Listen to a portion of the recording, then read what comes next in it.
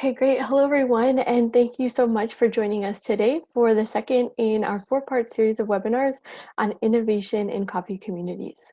We really appreciate you joining us, especially during this challenging time, and again, for your willingness to take the time to learn and exchange with us. My name is Joanna Ferguili, and I am the Director of Partnerships and Strategic Initiatives for Hans und Neumann Stiftung North America, and I've also been managing the Coffee Kids program for the last 3 years. We will continue these webinars bringing together different members of our team from both Central America and Tanzania, which is where we have the Coffee Kids program. And today we'll move the conversation on innovation within households and families with a specific focus on gender inclusion. So just a quick few housekeeping notes. If you missed last week's webinar, not to worry. We'll provide the recording as well as the recording for this webinar at the end in a follow-up message. Over this time, Gabriela Tigum, our communications and marketing specialist from Central America, will be coordinating and collecting your questions as we go through the webinar. And so a big thank you to Gabby for all of her support through this. And the way that we're going to handle questions is that the chat box should be in the lower right-hand corner of your screen, and you can send questions directly to presenters from there.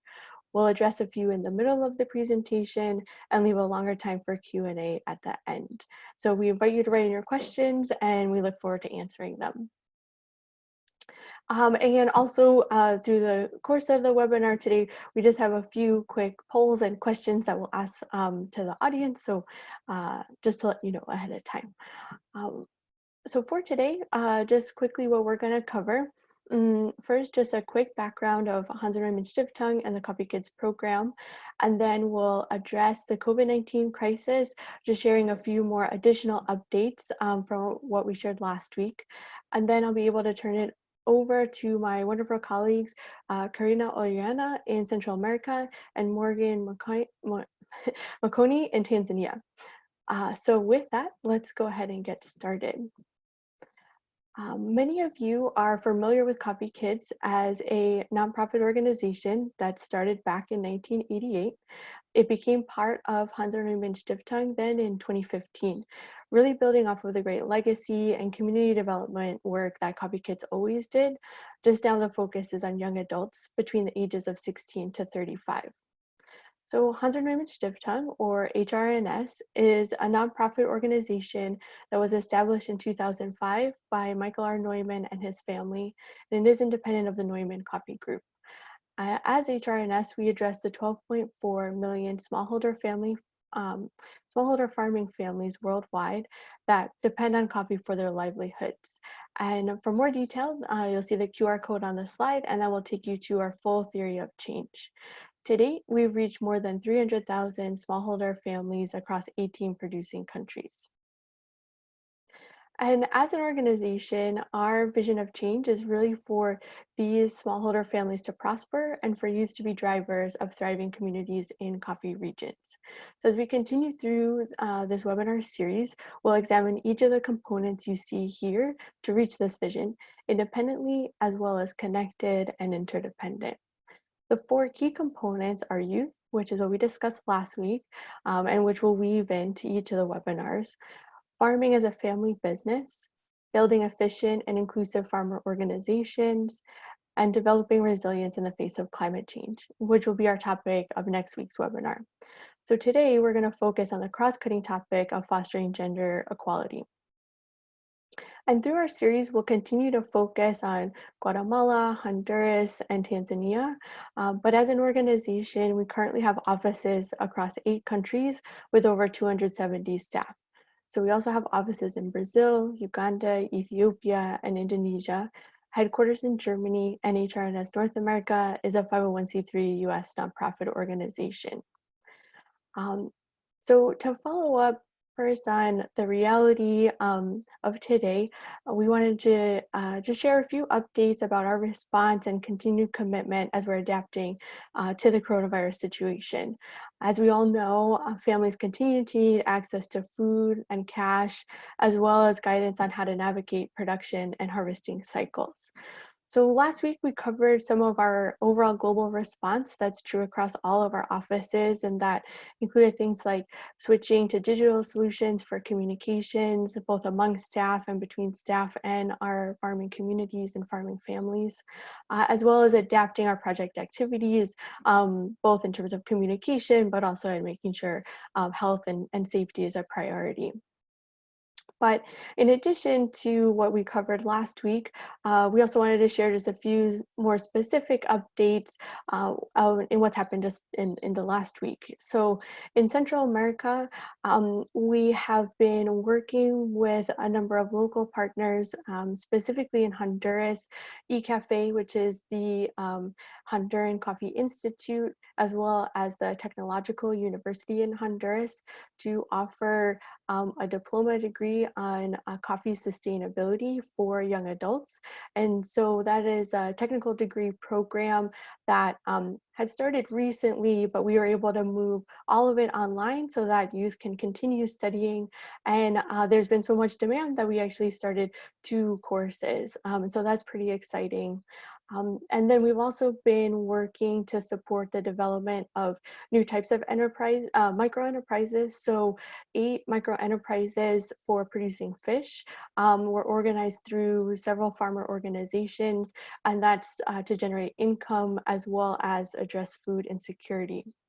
Then in Tanzania, we're continuing to distribute flyers and up-to-date health information about the actual status of COVID-19 in the country, making sure that all communication from the government level is reaching all the way out to rural areas and the communities and families we work with, and so that they know actually what the current situation is and how they can best adapt and adjust to that.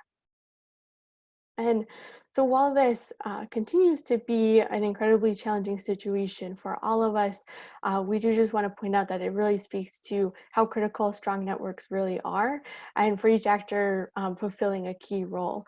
And as you see here, we rely on and continue to collaborate with organizations at local, national, and international levels.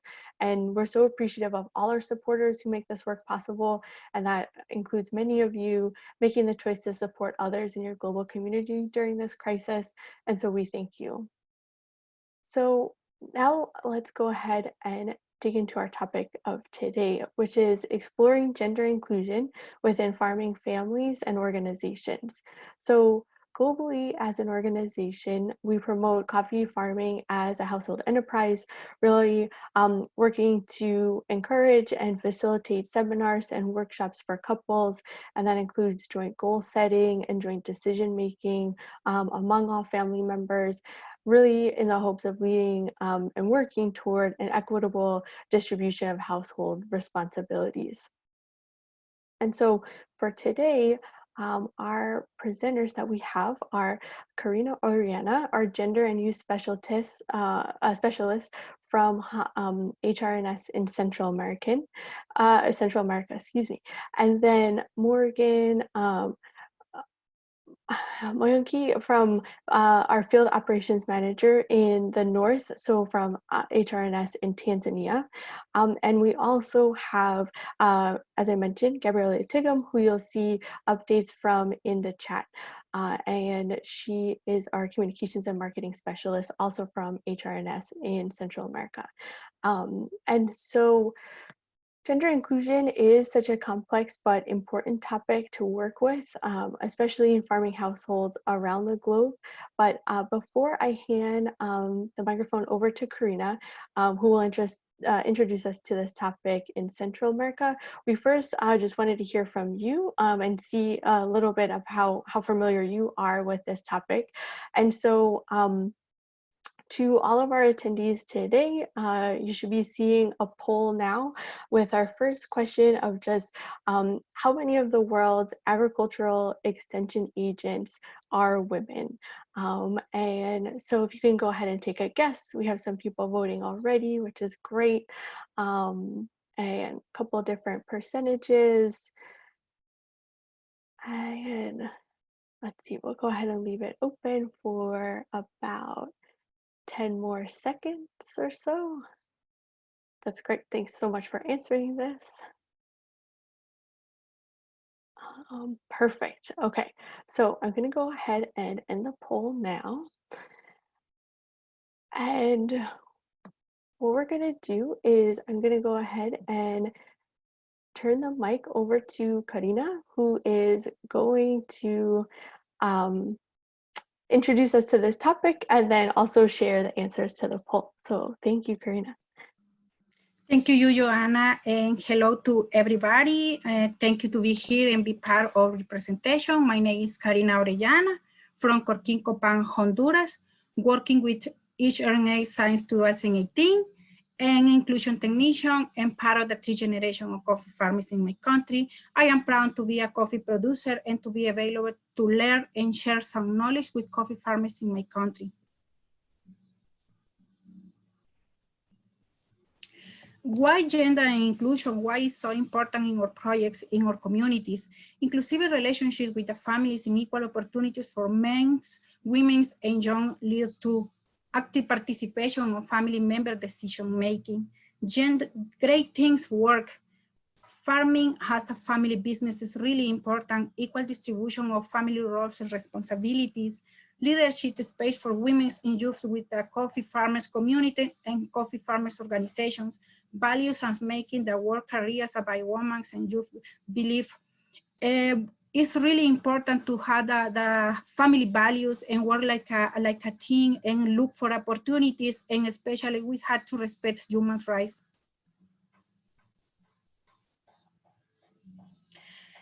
And to continue with our presentations, we want to ask Joanna about the answer of the question that she asked. And here we had the answer that Joanna asked in the beginning about how many in the world's agriculture extensions are women's. And the answer, unfortunately, the correct answer is 50%. And why? We have so many reasons and so many giants, especially here in Central America. We had a big, strong giants like economic sustainability, limited access to education and technical trainings, access to financial, especially for financial, to get a financial for women and youth are really complicated because they don't believe in us. They don't believe if we have the power to encourage a business project. On sometimes, especially for youth people, we are looking for to finish a career, or maybe we want to continue to study, and it's really complicated. They ask for so many paperwork and so many things. It's more hard to get a financial because we are in the rural area, especially coffee farmers, we are in the rural area. Inclusive participation in relationship positions is another strong point, because in the coffee production area in Central America, most of the leadership positions are dominated by men, but for women to get some positions are complicated because farming organizations think that we don't have the power, we cannot sell more, we cannot sell coffee, and we cannot go to with the organization to the up, and that's really complicated. And another point that we have is migration, especially right now, migration in Central America are really strong because most of the youth people and women are emigrated from the rural area to the urban area, because we think in the rural area that we don't have opportunities, because for us used to grow coffee and pick coffee and that's it, but in the same time we have so many opportunities, so many values, continue growing coffee, and we had the power to continue to transform change into opportunities. And how we gonna do that? Working together by a team. And job opportunities is another point that we have, because in our country it's so complicated to get some job opportunities. And one point I want to talk with you is about insurance coffee productions, because in coffee production we don't have insurance. I know we have so many pets and disease, climate problems, but how we can certify our coffee, how we can continue growing coffees if we don't have these kind of opportunities. These are some challenges that we had in Central America, but we had the opportunity to have so many organizations that want to help us if they want to continue with coffee, but in the same time we want to continue and working together.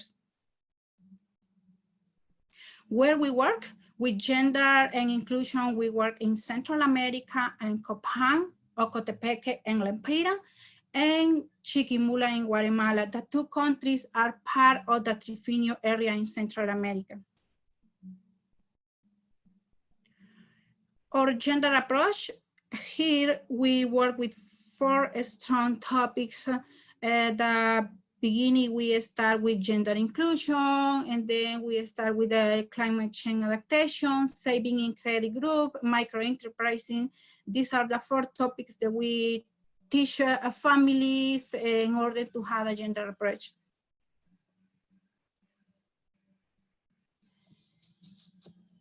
Gender and inclusion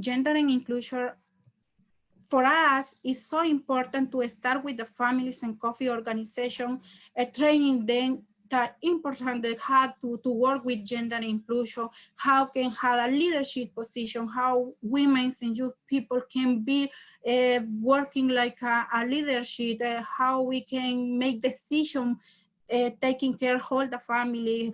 Family decisions are so important. And new masculinities, that's another point, that if we are working in gender, we have to work with the whole family, and we have to teach men that gender is for everybody, is for the whole family, and that's really important to talk with them, because if we want to have a strong families to see farming like a family business, because for everybody we had to see our farm like a company, but working together by a family is the thing that we had to see in our families. Everybody had to be involved doing different kind of activities. Doesn't matter if for many years ago we say this activity is used for men, so used for women, but no, we had to learn and see our coffee farm or communities like a family.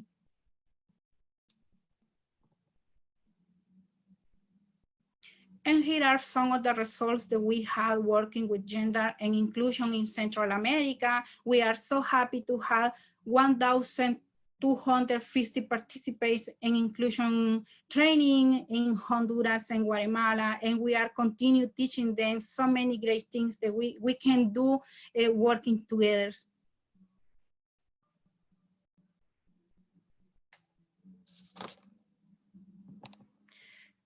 In climate change, families become resilient to climate change and implement some adaptation practice where in the coffee fields, and the family and the community. This is really important to see climate change like a problem, but we can at the same time have the power and have the answer to this climate change. And one of the topics that we always talk in our projects are climate change advisor, climate risk assessment, development and adaptations plan, promoting climate smart practice. Income diversification is a really strong topic that we had to take care, and case study by women. We always say to the people who participate with us, the climate exchange is everywhere, is at the community, is at the coffee fields, is at the family, because you know in the coffee field that we can see climate change problems is everywhere, and we have to take care.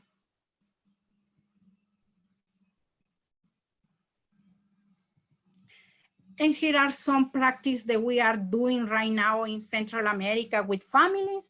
We are really happy because we have 135 coffee farms with climate smart practice, 589 coffee farms with diversification system, especially right now. It's really important to see these topics like an opportunity that we have, because we can continue growing coffee, but at the same time, we can diversify our coffee field with another crop.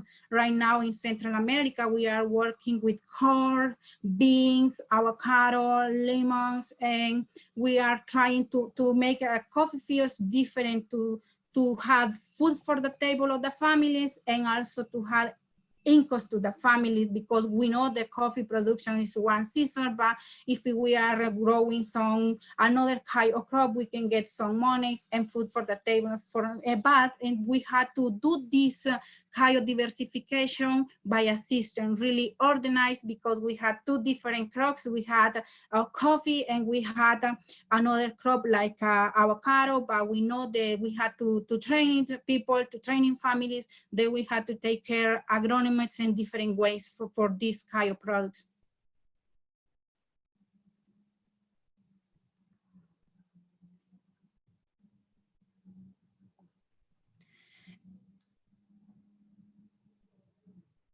Families are implementing saving and credit groups.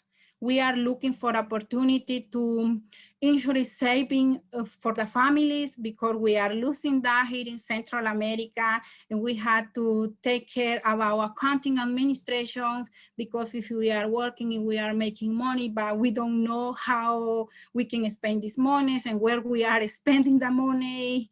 Create saving and credit manuals to make this group really organizing, create saving and credit communities with organizations. That's really important. And it's really excited to have these kind of opportunities, especially for women and youth, because we hear from our people where we are working that they are saving money because they had a plan. Like they make a plan. So sometimes people say to me, I had a plan to continue to study and I saving this money for that. Another mothers who are participating in our project said, oh no, I want to saving my money because I had to buy some books and everything to my children to go to school. And another people want to have our own business, and that's really important for us.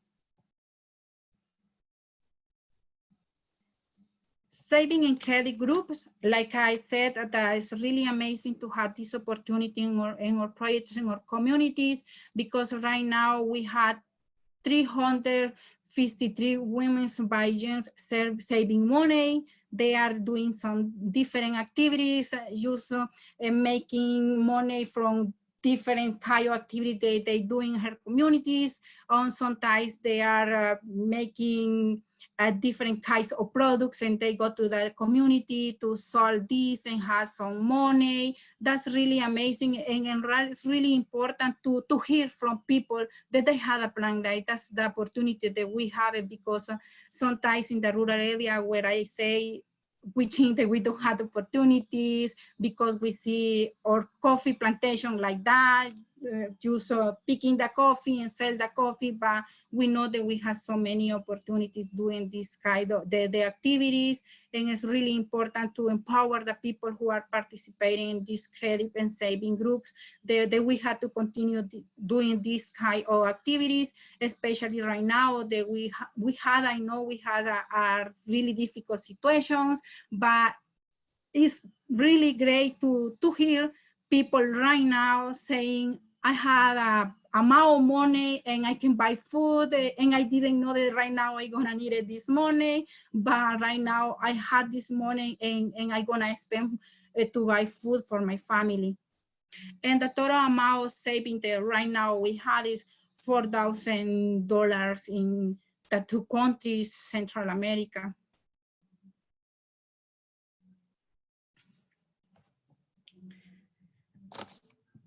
And micro-enterprisings are another opportunity that we had, because business, we see the micro-enterprises like a business opportunity for women's, youngs, to make some money, extra money for the family, and another we can values addition for the coffee. We have so many values additions that they are making right now with the micro-enterprising. And another point that's really, really important for us is to reduce migration, because how we can reduce migration? Because we had job opportunities for everybody in the community, and they can be in the community making different kind of activities. And here are the list of the micro-enterprising that we have here in Central America. Right now, we had 20 women in young micro-enterprising, and you can see all the kind of difference the micro-enterprising that we have. And here are the pictures of the examples of the micro enterprises that we have. Some women are in the vegetable productions, and others are making shampoo, and others are making different kind of food. That's really amazing because people are buying these products. And another way, we had organic fertilizer. Well, another farmers can get this organic fertilizer more cheaper, and they can use in the coffee production and seed production to continue making some smart climate practice in the coffee fields. And here we had a Dulce's history, this amazing history that we have. Dulce Posada, she is from Honduras, from Copan, and she is really young. She has 25 years old, and she is an example of successful in our country in Central America because she are doing so great things in gender and inclusion, especially she are working for the whole organization to make difference for everybody in life. And you can see a picture of Dulce's. She right now is doing amazing job in her organization. You can see a picture of her doing some different activities in the community, in the organization. And she's really, really happy to be with us in this kind of projects, learning more and more about gender and inclusion. And she is always open mind to new changes. Thank you so much. I really appreciated the opportunity to be here with you. And thank you so much. Karina, thank you so much for this great presentation and all the different activities that you described in Central America. It's really interesting, and you can see all the impact that's happening. We have received a few questions, and so I would like to ask you one of those right now. So maybe if you can describe for us, I know you talked a bit about sort of the overall challenges of gender inclusion and doing this type of work, but maybe if you can describe some of the challenges that you've experienced in actually doing the work itself. So with working with gender inclusion with coffee farming communities, what have maybe been some challenges you faced? Yeah, that's a really good question because we see every kind of different situations where we are working. And one of the challenges that I see most of the time is people, especially young people, who say, I want to continue to study. I didn't finish because I didn't have money. My family doesn't have money. And that make me, we had to continue doing so many great things. And another situations of gender inclusion, especially with Chinese, is when I hear mothers who are participating and saying, I had to work really hard because I am alone just with my children, and I needed to buy some food, some things for the high schools, medicine, and I am alone, and I wanted to have a business. I wanted to have something that's my business, and I can get some money. And it's really hard, but we are looking for opportunities, and we are so thankful to have this kind of opportunity to say this kind of things to the people who always take care to the rural community. Oh, that's great. Thank you so much. And definitely just speaks to how important it is that a lot of these women are getting access to different types of training, and so that they have the skills, and then also the savings, as you mentioned. That's a tremendous amount of money that these women have been able to save. And that's really exciting, especially, yeah, as you mentioned, in a time like right now where savings is really important Yes. to be able to, survive. That's great. Thank you so much. I know we have more questions for you, but we'll come back to them in the question and answer section. And so I am going to turn it over to Morgan. But before I do that, we just wanted to ask a second question to our audience. So let me first put. I'm going to put Morgan on the screen here, and then let me go ahead and pull up that question for the audience. So Our next question is, so of women who are economically active, what percentage of those women describe agriculture as their primary source of livelihood? So let's go ahead and leave that open for some votes. And as those are coming in, Morgan Makoni is going to speak with us from the team in Tanzania, where he's the manager of our northern operations. So I'm just gonna leave it open for about 5 more seconds, Morgan.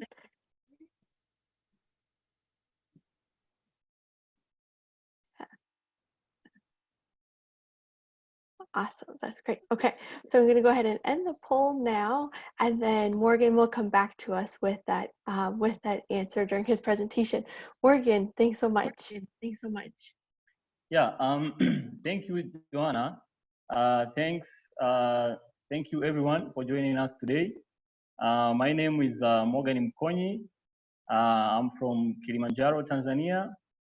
I've been with HRNS since 2013. I've been managing HRNS Tanzania operations in the northern zone in the regions of Arusha and Kilimanjaro. I actually started my coffee journey in 2013, just after I joined HRNS. Yeah, so where we work in Tanzania, HRNS operates in the northern and southern zones. And actually in the northern zone, we operate in Arusha and Kilimanjaro regions, as you can see up there on the red circles. But also in the southern zone, we operate in Mbeya and Songwe regions. So HRNS program in Tanzania actually has already reached out 25,000 coffee farmer families, 15,000 in the south, and also 10,000 in the north. But also with our gender interventions, so far we have reached out 15,000 and 180 coffee farmer families. Yeah, so why is gender so important to our interventions? Actually, based on the number of studies which have been conducted by a number of organizations, including FAO, the World Bank, also the University of Agriculture in Tanzania, and some other private organizations, the outcome shows that women provide the bulk of labor input in agriculture, which is 60 to 80%. But also us as an organization that works on the ground to support coffee farming families, it is our observation that women conduct most of the farming activities. Yeah, this includes the planting, the weeding, fertilizer application, and also the harvesting, etc. So I think before I proceed, I think it will be good for us to look at the polling answers. Yeah. So it looks like majority have answered that women provide labor input to about 79%. So I think this was correct.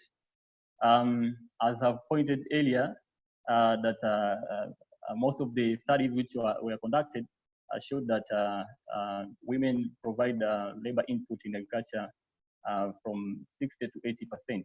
So what does this mean? This means that most of the farming activities are actually done by women. And even though most of these activities are done by women, but they have actually been facing a number of challenges in coffee farming.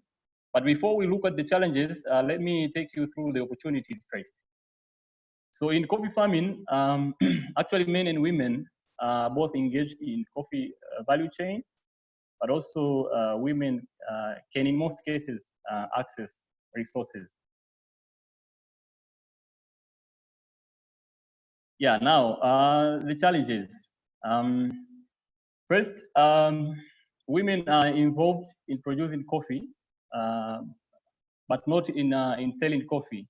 So as I mentioned earlier, they're actually more into the farming activities, but when it comes to coffee selling, it's men who do the selling. But also another challenge, the return from coffee mainly go to the husband, and actually he does not invest it back to the household development. So this means even if you support farmer families to increase production and income, that does not necessarily mean that you have improved the livelihood of the farmer families, because the increased income is not reinvested back to the household development. Another challenge is men actually have control over resources at the household level. So in most cases, men control most of the household resources, be it land, livestock, household finances, etc. Also, there is an equal decision making within the household and the communities. You know, in most cases, men are the ones making all the decisions within the household. But also there is imbalanced labor distribution. As I mentioned, women conduct most of the farming activities, plus the household activities. For example, taking care of children, cooking, fetching water, you know, cleaning, etc. While men are just doing less. But also women participation in trainings is actually very low. Very few women attend trainings. This is actually due to them having more household responsibilities. So they actually don't have time to attend the trainings. And this also means that if we don't encourage women to participate in trainings, then we are not targeting the right audience, as we have seen that it's women who conduct most of the farming activities and not men, while they are not attending the trainings. And lastly, as a challenge, there is actually low female participation in leadership of farm organizations. So once you look at the leadership positions in most of the farm organizations, you can see these positions have been taken by men. So based on the above mentioned challenges in coffee farming, HRNS concludes that addressing gender issues is critical for any intervention and has to be the foundation for a successful project work. So what do we do to address gender inequalities from the farming families that we support?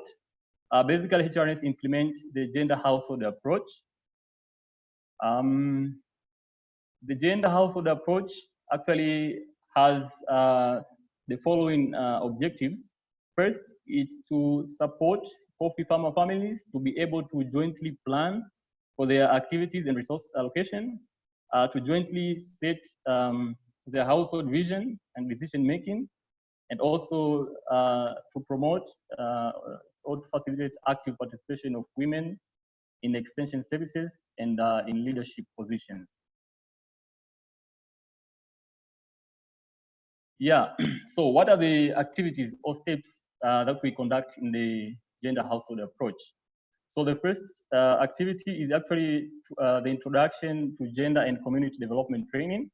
So actually in this training, farm extensionists and farm organization leaders are trained on basic gender concepts such as gender versus sex, gender roles, gender needs, and access and control of resources.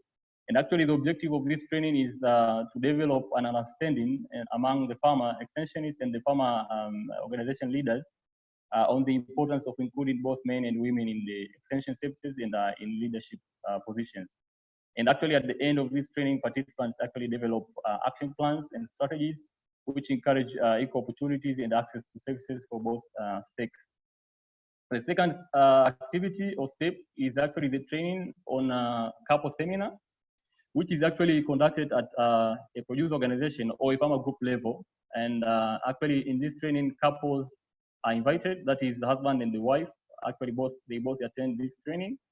And actually this training focus on issues like gender division of labor within the household, the division of access and control of resources.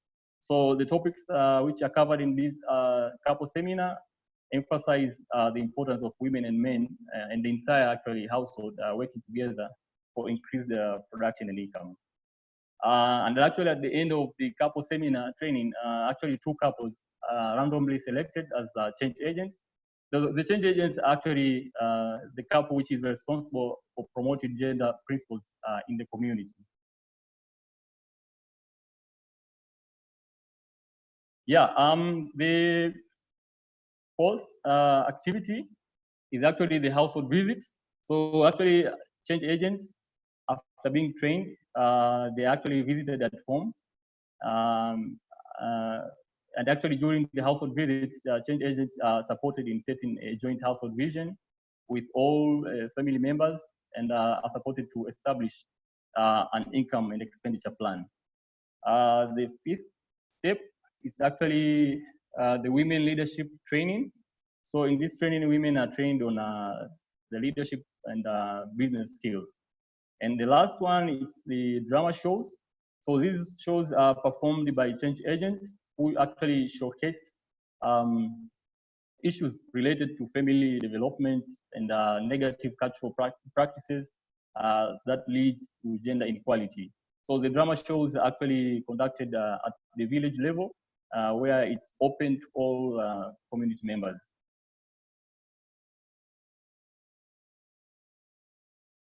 Yeah, now what are the challenges and what were the mitigation strategies? So when we implemented the gender household approach, we encountered some challenges. So first, the household conflicts. So when this was especially when we did the household visits. So when we visited some of the change agents to coach them on setting the joint household vision, we actually noted that there were some conflicts within the household. So it was very difficult, to coach them on setting a joint vision, a joint household vision, while they have conflicts. While their relationship was not so good. So we had to start the mitigation strategy. We had to start with the problem solving and coaching first. Then we proceeded with the joint vision setting. And then the other challenge was we actually had some illiterate change agents because the change agents are actually selected randomly. So some of them were not able to read and write. So we had to involve the elder children because actually in the household visits, all the household members actually participate. So we had to involve the elder children so that they can support them in writing. The last challenge that we encountered was little knowledge on family planning and sexual reproductive system. So for this one, we had to, facilitate the training on the respective topics in collaboration with some other organizations.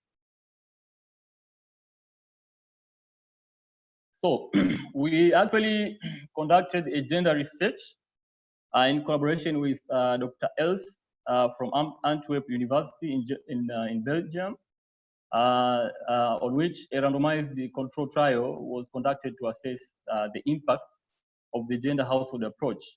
And actually the objectives of this study was to assess if the gender household approach has an impact on the intra-household decision-making and cooperation within the coffee farming household. And also if cooperation and joint decision-making power leads to more efficient coffee farming as well as well-being. So here are the results from this study. Yeah, so first, it came out that increased cooperation between husbands and wives leads to increased household income. So this is when they started to plan together, distribute their roles equally, and becoming transparent to each other. So it leads to increased household income. And also, secondly, households adopted more good agricultural practices. And this was because when women started to attend the trainings, because in the gender household approach, we encouraged women to attend the trainings. So when women started to attend the trainings, they actually adopted the gaps to their coffee fields as they are the ones who are doing most of the farming activities. Third, women are more involved in decision about coffee production and better informed about coffee income. So we also noted that transparency increased after men they well understood the gender concepts and principles. So even women started to be involved in the decisions about coffee production. And lastly, there was improved food security and the household well-being. So this was because when men became transparent and they started to reinvest the income received from coffee production to the household development, this is actually the reason why it led to improvement of the household well-being. Yeah, the lessons learned. First, we learned that gender is most impactful at the start of any intervention. So we noted that it makes sense to integrate gender at the start of the intervention, so that farmers could already have a good understanding of the gender concepts from the beginning. This actually influence good results at the end. For example, if you start a farm organization formation, you have to integrate the gender aspects already from the beginning, and not at a later stage when these organizations have already been established. So it's very impactful when you integrate gender already at the start of any intervention. Then we also learned that gender concepts should be defined and understood. For example, in Tanzania, if you mention anything about gender to men, they will think it's about women. So you have to make sure that in the beginning they really understand what gender is. Also, it makes sense. We learned that it makes sense to address the entire household. So all members of the household needs to be, addressed. They need to be involved in the whole process. They need to understand the gender concepts so that they could do the joint vision, household vision setting, and the joint decision making, joint planning. Also, we experienced that youth easily adopt the gender principles, and I think this is because most of the youth they have a higher education level compared to the old farmers. Youth have been exposed to new technologies, so it's easy to change their mindsets, and I think this is why they quickly adopted the gender principles. Also, transparency, joint planning, and decision making. We learned that these are the key for the household development, as you could see from the results which I've just presented. And also the change agents, we noted that they're very essential for community development. The change agents, these are the farmers who live in the farmer communities. So if you train them, that means even if the project plays out, this knowledge of gender principles, gender concepts will still be there within the communities, and they will keep on promoting the gender principles. And lastly, the gender household approach is actually a highly appreciated intervention, especially with the farmers. We have been receiving feedback from most of the households which were part of the gender household approach implementation, that they experienced a lot of improvements in their households, and this was due to their participation in the gender household approach. So the men really understood the gender concept, and they changed and they improved. Yeah, I'm glad to introduce you to Maria. Maria, she's actually a member of the Mbokomu Coffee Kids group. This was a group which is part of the Coffee Kids project here in Tanzania. She's actually 29 years old.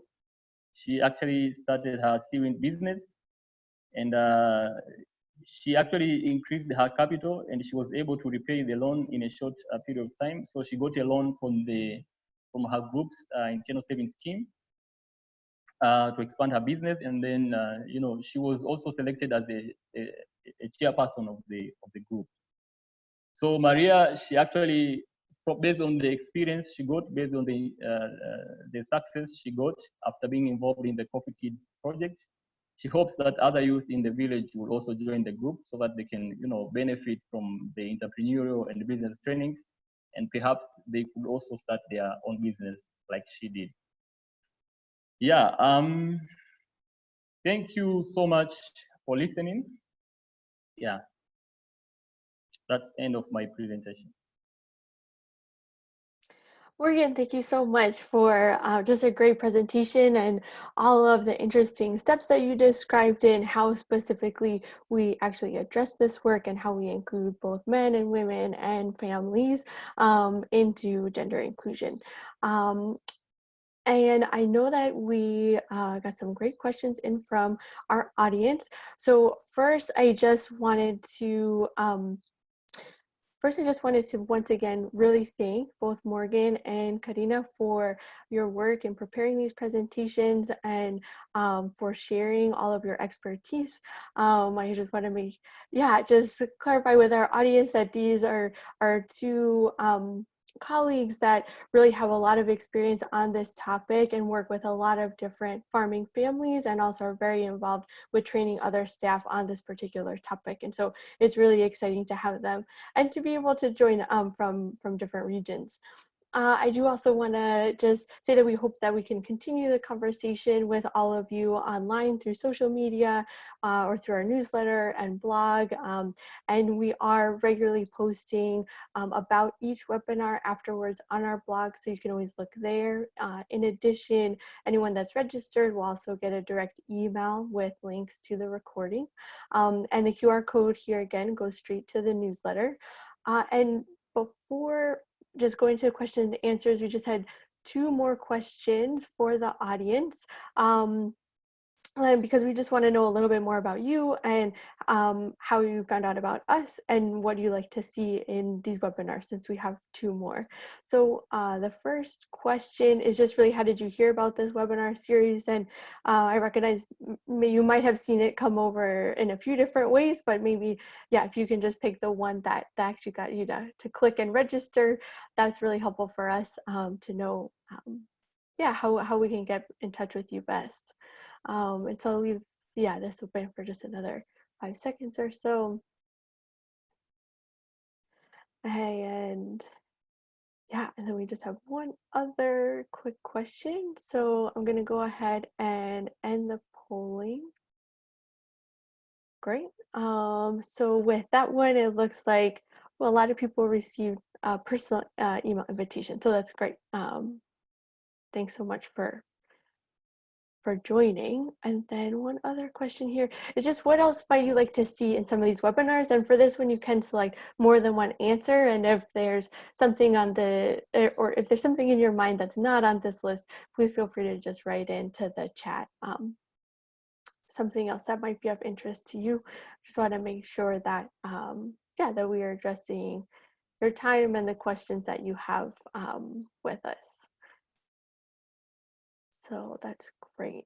And then as we're just waiting for a few more people to answer that question, Morgan, I'll go to you with a first question, which came from our audience asking, you mentioned in sort of the steps of the gender household approach that change agents are selected randomly. And so folks were wondering why are change agents selected randomly, and how does that process work? So with that, I'm going to go ahead and end the poll. And Morgan, you can go ahead. Sorry, Joanna, please come back again with the question. I didn't Oh, get it clearly. sure. My apologies. Our audience was wondering if you could explain why the change agents are selected randomly from the groups. Yeah, good question. The change agents are actually selected randomly from the groups because it's actually, we don't want to, force the couples to take up the change agent role. So it should be the couples which are ready and willing. It's more of volunteering to become the change agents, willing to promote the gender principles in their communities. So it's actually on voluntary basis. This is why we do not post or have any. We just do it randomly. So it's actually, we ask the group members, the couples who have attended the couple seminars, like which couple would like to volunteer to become the change agent. And this is why those couples who are interested, then they are actually selected to be the change agent. Yeah. No, that's great. That's great to know. That's great that different couples are volunteering and are excited to take on that leadership role. Perfect. So then, Karina, maybe a question for you. An attendee was wondering, are women or youth using any type of technologies or devices in the field to either execute some of the actual field work that you're doing, or for the savings groups? Oh, Karina, I'm just gonna unmute you. Yeah. I'm sorry. Perfect. Yes, I do. We had the opportunity to have some tools to get more in touch with the technology, and that's a really amazing, especially for women and young to have these opportunities and to work together. We are using right now thermal cameras, sensors in the fields to make the temperature, and we are teaching every single farmer how we can do this and how we can meet the temperature and coffee production. That's amazing to have these kind of opportunities in the projects, because some projects doesn't have, we have, and we are learning how to use this, because in the rural area it's so complicated. We didn't know, but right now we had the opportunity. No, that's great. Thank you so much for sharing. That's exciting. And then I think we have just a couple of minutes left, so I'm going to try and ask each of you just one more question. So Morgan, this is a question kind of related to COVID-19 and the coronavirus. I don't know if you have any initial ideas of what might be some of the longer term impacts of this pandemic and how it might impact gender disparity or or other challenges that producers are facing. I know that's a big question, so yeah, if you have a few initial thoughts, that would be great. And Yeah. Morgan, I think maybe your camera is not quite on yet. For me, it looks like it's on. Perfect, it's on now. Yeah. Yeah. How the pandemic, corona pandemic, how can it affect our project activities and the gender issues? I think due to this pandemic, I think farmers are also facing quite a number of challenges because they are actually, they need to stay at home. Actually, they cannot do some farmer group activities, like they cannot attend the internal savings schemes sessions. They cannot attend the farmer field school sessions. So, for example, we say that women actually conduct most of the farming activities, and yet with the pandemic, they can no longer attend the farmer field school sessions, where they used to exchange experiences on good agricultural practices. They learn from each other. So, but now currently this cannot happen anymore. So I think this might also affect them a bit, because they might lack to exchange different knowledges, useful knowledge, which they could adopt and increase their production. But also this also affects their internal savings schemes, which they use to contribute shares, and then they get some small loans, which they use it to invest in their cooperative farming activities, their agricultural activities in general, like to buy inputs, for their production activities. So this will be somehow affected. Yeah. Thank you. No, that's great. Thank you so much, Morgan. And I do want to be conscious of our time, and we are at the end of the hour. So I think we'll end the questions there. But if there are more questions that came in, we'll be sure to answer those in our blog, as we did with the first webinar. And if anything else comes up, for all of you who are attending this session, as more questions come up, please feel free to email us at any time, either at info@hrnsstifftongue.org or directly to my email, joanna.verjueli@hrnsstifftongue.org. And so with that, just want to thank both Karina and Morgan for their presentations, for Gabby, all of her work on the back end and fielding our questions today, and to all of you who took the time to join us and learn and listen. And we really hope to see you next week in our webinar, which will be focused on climate change. And until then, please stay safe and stay healthy. And we look forward to talking with you soon.